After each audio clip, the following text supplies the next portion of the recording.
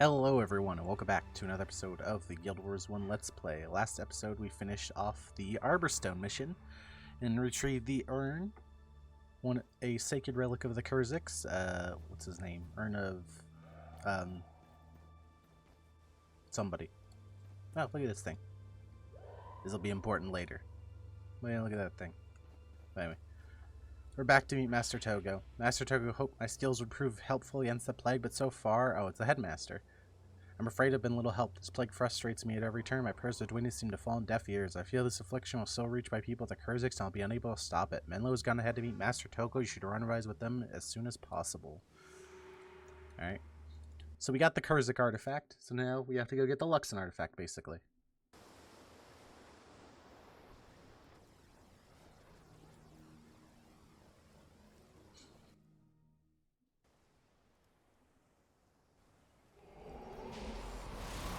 Where is he? Oh, he's out here.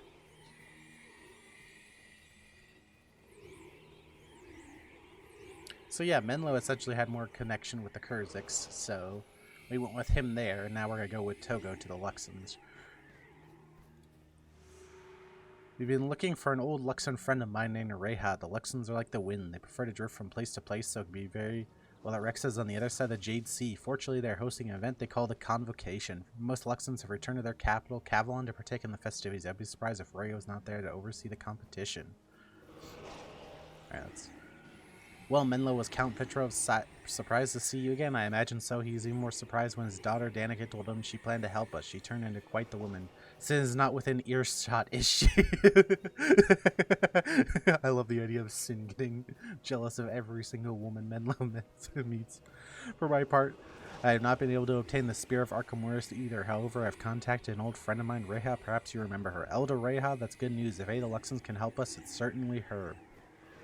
Or she certainly can.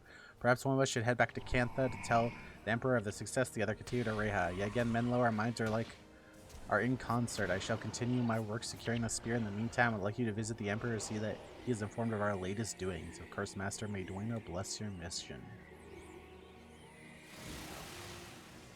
Okay, yeah. So we're essentially bringing Togo to the Luxons, who are the other... He says they returned to Cantha, so... But the whole continent is Cantha, I thought. I wonder if that's just like a mistyping and he means return to, like the Dragon Empire, I guess is what you would call the technical name of the nation. Here's a Luxon and a giant turtle.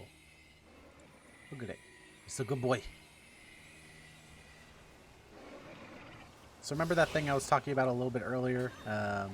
The weird kind of juggernaut big green plant looking thing. Yeah, so this is essentially the Luxon's equivalent of it. Both sides essentially have like a big beast of burden, for lack of another term. And the Kurziks use those giant like weird plant mutated golems, and the Luxons use turtles. Giant turtles.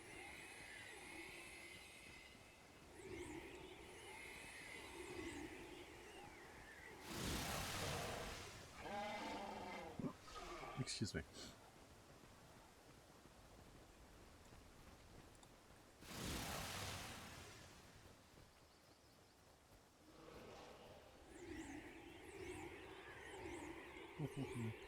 Here's our first look at more Luxons. They tend to have like this covered up hood kind of look. They tend to use like scales almost in their armor. They tend to be also a little bit more tanned because they, unlike the Kurziks, they actually see the sunlight, and they often have a lot of like painted like decorations on their bodies.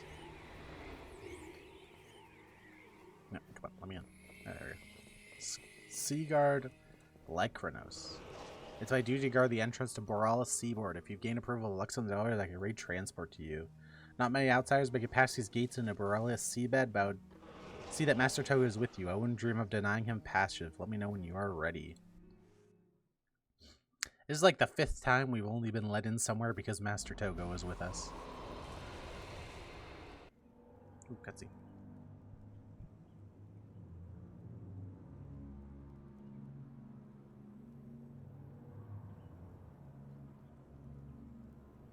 I love the buildings of the Luxons because they're nomadic. They move around a lot more, so they have like kind of these tents structures. First, we locate Elder Rhea. She is the key to finding and securing the Spear of Archimedes.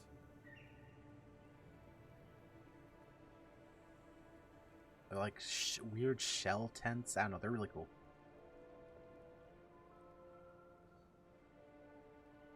That might be the most NPCs this game ever has on the screen at once. That's screenshot or that shot right there.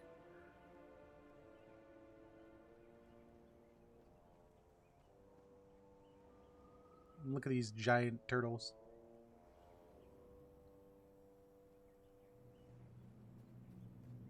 Ah, there she is. Come, the spear is within our reach.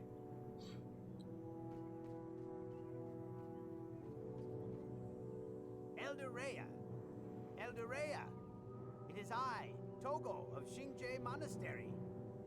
Master Togo, you are quite a sight. I wondered when you would emerge from your self-styled exile. How you managed to live within the confines of that stuffy monastery, I'll never comprehend. Ah, well, I suppose my spirit does not crave the wide-open spaces as strongly as yours. He said, have you been to that monastery? It's huge, woman. What brings you all the way out here? We have come for the Spear of Archimedes. Togo, you know full well I cannot just give you the spear. Oh, no? Oh, no? No! Today, Zuhanuku, the great Kraken, returns from the deep. What do you study in that monastery of yours? Apparently not enough Luxon culture. Apparently. Every year, Zuhanuku returns, and on that day, we hold a convocation. So we just got lucky. The strongest among us fight for the right to be the one who defeats the great magical Kraken, returning him to the waves. That is very nice, but... The convocation is today.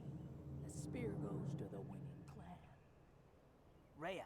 Togo, if you want the spear, you'll have to fight them for it.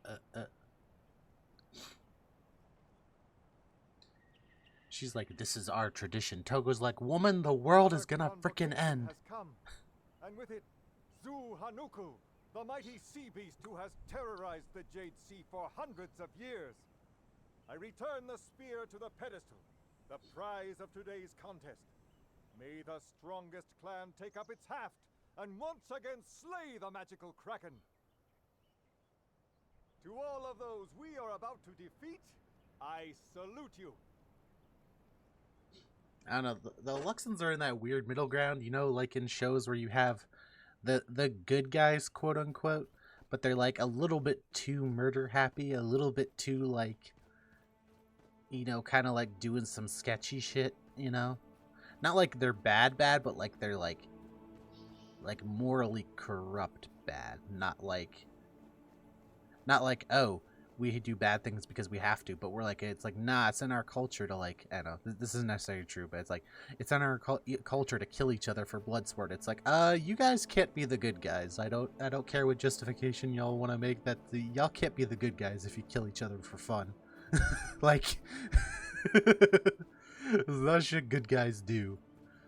Also, y'all must not be that good at, our chances of winning are pretty high. They must not be that good at fighting if the Kraken comes back every year, so, our chances are pretty high. It's a pretty cool outfit. Don't tell Togo, but saddens me that Menlo is not with you at all. It would have been so nice to see the dear boy. He's so charming and that one. Well, anyway, good luck against the clan champions. Remember this, they've all their own strengths and weaknesses. Learn what they are, and the Spear of Archimedes is yours. Right, it's going in. Oh, they like Menlo. I thought for a second that maybe they didn't like Menlo because Menlo has connections with the Kurziks, but no, they like Menlo too. Just make sure everybody has their stuff leveled up.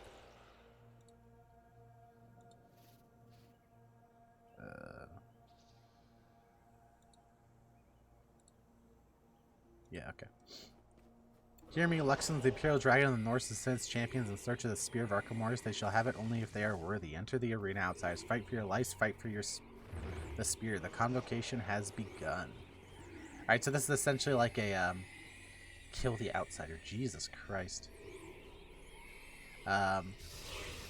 But yeah, this is essentially like a tournament where you have to fight these different guys. And the unique thing about this is that each one has like 2 bosses that are like kind of like, I guess, the leaders of the clans. And the leaders actually have res signets. So it's kind of like back to, if you remember the desert from the first game, where there were some missions that kind of semi-mimicked a PvP scenario. Is kind of what this is like.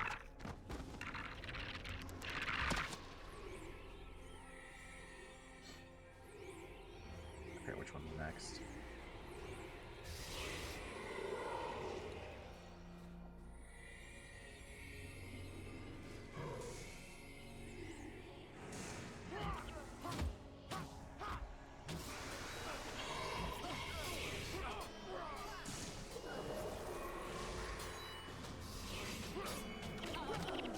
So yeah, this kind of mimics like a fight, like a PvP fight, kind of.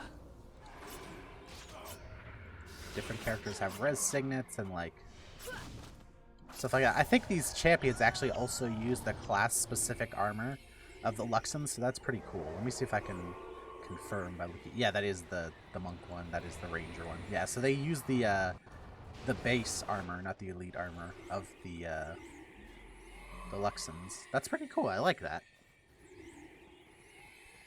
Instead of using like unique NPC models, they use like armor that you as a player could eventually get. But you know, it's one of those things where it's like, where back to what I was talking about, the people doing weird stuff that's a little sus. It's like if you notice, the other guy was in an urn, right?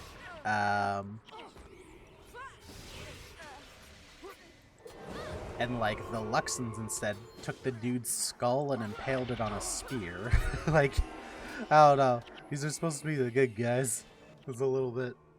And then the Kurziks do stuff later that it's like, are you guys actually the good guys? This is some like awful shit. But anyway. You bested our champions and earned the right to fight Zu Hanuku. I believe this is what you came for. The spear of Archimedes is yours. Thank you, Eldorea.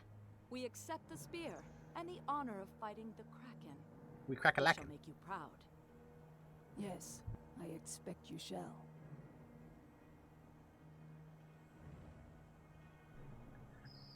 What's up, Kraken?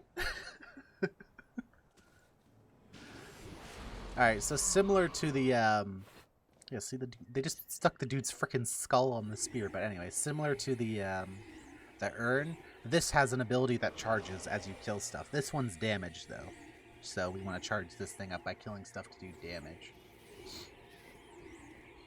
There's a Kraken spawn, and we're essentially going to follow it back to the Kraken. There's a couple other unique enemies in this area.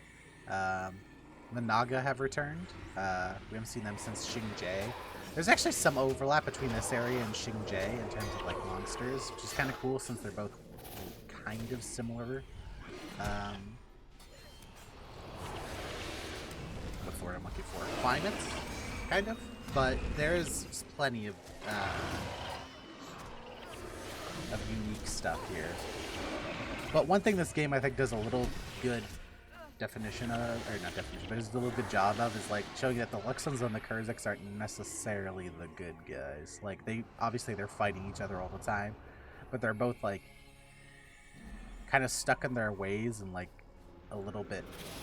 They're not completely innocent because obviously you do have to have them fight each other, and like there is a big portion of the game and of the PvP that's about the player also fighting for one of the sides, despite wanting to interact with both sides. So it's nice that they kind of made them a little bit like, you don't necessarily feel bad for it because you know they do like some awful things to each other just because they don't like each other.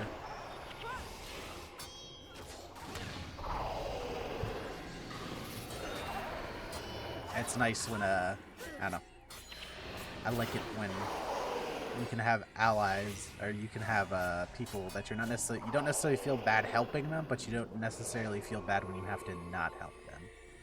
Alright, let's do a little this is our first look at the Jade Sea. This is quite the first picture. I love the Jade Sea. It's literally a sea frozen into jade. It is such a cool, like, this and the forest are just such cool, locales, and there's so many cool scenes and stuff you'll see of this sea as we play through. And whenever we get to the 2 endgame areas, there's a lot of just beautiful scenery. But yeah. Oh, and all the way over there, you see that little gate over there I'm hovering my mouse over? There's a farm for a really popular weapon that you do over there in the explorable area version of this zone. I've spent many an hours over there trying to get a rare weapon over there. It's a dragon staff is the one that drops over there.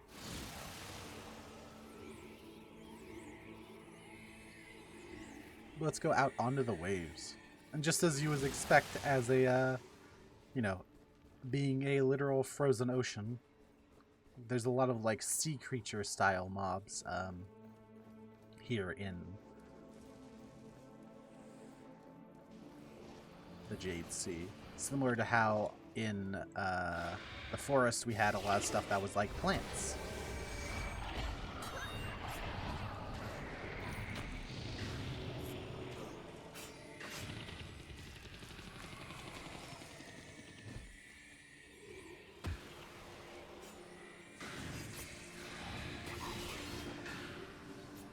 These Kraken spawn are annoying because they have I think they have a daze. They have a dagger attack that's a daze, and that can be really annoying.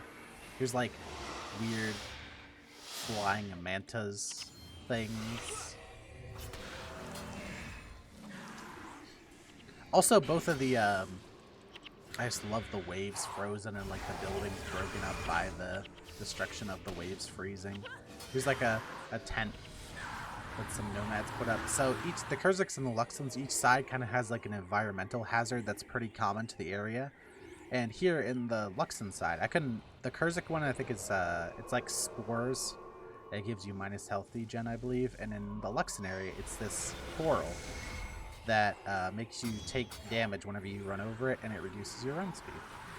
Some cool environmental hazards.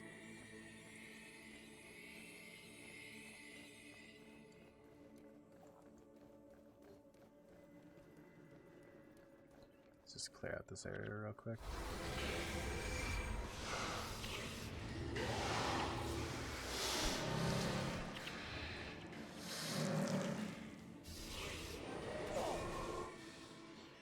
This is actually a relatively popular mission. People run this mission. You can do it kind of as a solo player, just with some heroes to kill the final boss, because they teleport to you at the very end. This is going to be a cutscene. Yeah, this cutscene right here, your heroes will teleport to you. So people will use a build to essentially skip to this part of the mission and then just do it as a way to boost through the campaign. I love this this squid with the armor. This used to be a miniature I would have. I had back in the day because it was one of the biggest miniatures. It was huge. All right, let's drop the spear to get our damage going.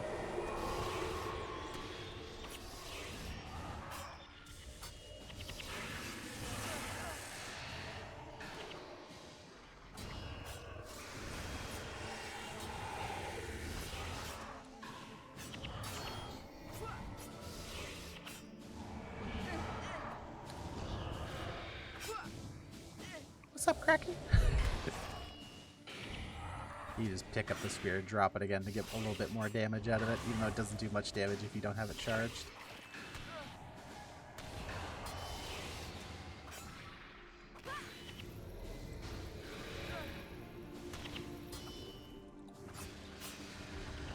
There we go. There's a big fish boat thing over there.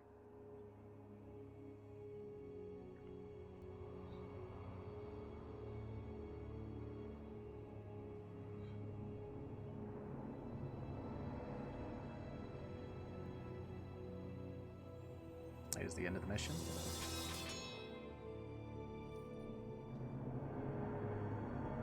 The Kraken is dead.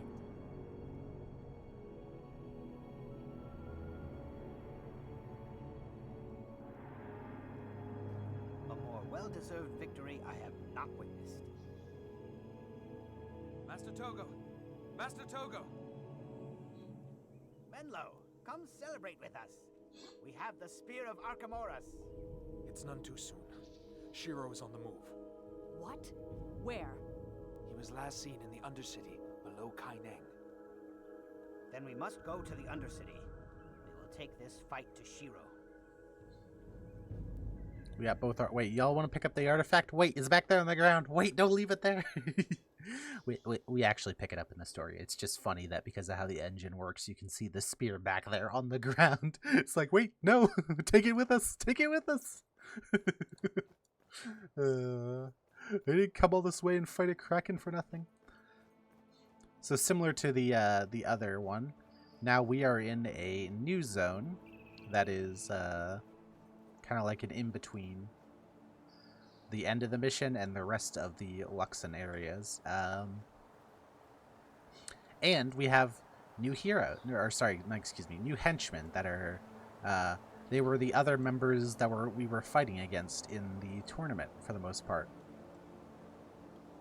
As well as some other individuals like Talon and some other individuals from the monastery. I think generally what they do, they split it up. So I think what it looks like, and what I'm pretty sure is what the implied thing is that the Kurzik side is mainly like the people from Prophecies, as well as like Menlo's friends. And then this side is where a lot of the people from the monastery went. They went to the Luxon side to help out the Luxons. I believe that's what's implied, at least by like the henchmen that appear in the two different ones. That's what's implied. So for that reason, slight spoiler, but eventually, whenever we have to come back and do more for each side, look at the turtle. I will probably be using this character for the Luxon side, just because this character's from here, and that, I guess, story-wise makes a bit more sense, and I'll be using our Prophecies character for the Kurzik side. But anyway, that'll be all for today. I want to thank you for coming out, and I hope you have a great day. I will see you in the next one.